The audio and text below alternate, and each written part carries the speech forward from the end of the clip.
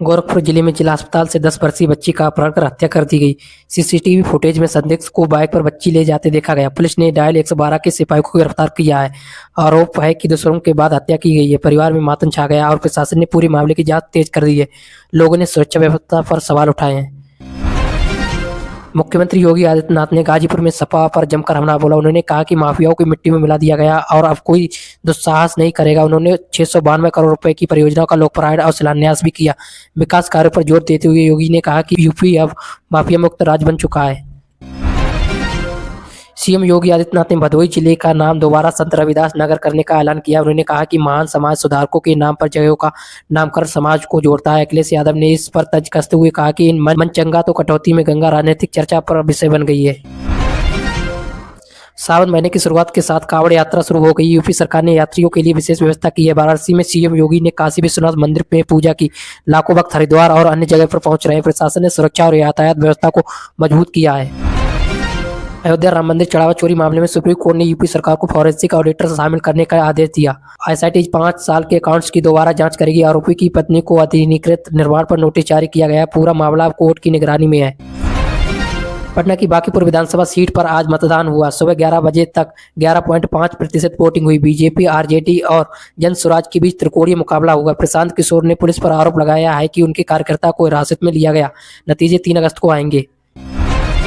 Bihar cabinet ने आंगनबाड़ी में 22,000 पदों पर भर्ती को मंजूरी दी है। कृषि रोडमैप के लिए 23,698 करोड़ रुपए की सिंचाई के लिए 9,748 रुपए करोड़ का प्रावधान किया गया है। शिक्षक भर्ती TREA 4 के तहत 32,388 पद भी घोषित किए गए। विकास कार्य को गति देने का प्रयास। बिहार सरकार ने नीट पेपर लीक विरोध प्रदर्शन में शामिल छात्रों के खिलाफ दर्ज सभी एफआईआर वापस लेने का फैसला किया। गिरफ्तार छात्रों को रिहा किया जाएगा। सीवान में AK-47 फायरिंग के मामले में सिपाही निलंबित कर दिया गया था। सरकार ने शांति बहाल करने का प्रयास किया। बिहार ट्रांसजेंडर वेलफेयर बोर्ड ने प्रधानमंत्री नरेंद्र मोदी के नाम पर मंदिर बनाने का प्रस्ताव मंजूर किया। बोर्ड ने कहा कि मोदी ने संविधान को सम्मान और अधिकार दिए हैं। यह फैसला पहली बैठक में लिया गया। सामाजिक समावेश की दिशा में नया कदम माना जा रहा है। गया में 6,000 करोड़ रुपए की स्टील प्लांट के लिए उद्योग विभाग और महाशक्ति ग्रुप के बीच MOU हुआ। इससे हजारों लोगों को रोजगार मिलने की उम्मीद है। बिहार सरकार औद्योगिक विकास पर जोर दे रही है। स्थानीय स्तर पर उत्साह का माहौल है। लोकसभा और राज्यसभा दोनों में public examination prevention of unfair means amendment bill 2026 पास हो गया। सजा बढ़ाकर 10 साल जेल और 50 लाख रुपए तक का जुर्माना कर दिया गया है।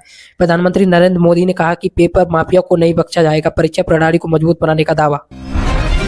लोकसभा ने वंदे मातरम का अपमान करने को अपराध मानने वाला बिल पास कर दिया है।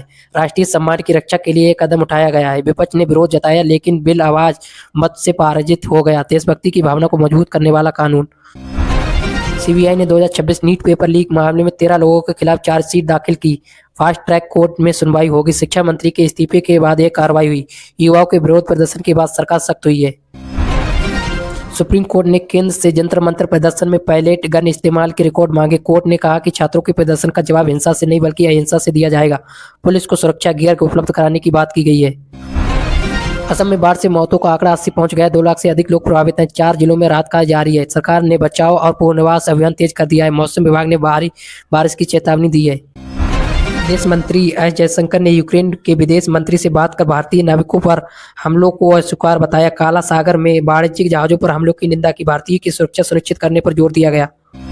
ग्वालियर में 2,000 करोड़ रुपए का निवेश का पहला टेलीकॉम मैन्युफैक्चरिंग जोन बनेगा। संचार मंत्री ज्योतिरादित्य सिंधिया की मौजूदगी में OMO हुआ। मेक इन इंडिया को बढ़ावा मिलेगा। रोजगार के अवसर बढ़ेंगे। प्रधानमंत्री नरेंद्र मोदी ने पश्चिमी एशिया संकट पर कैबिनेट कमेटी ऑन सिक्योरिटी की बैठक की।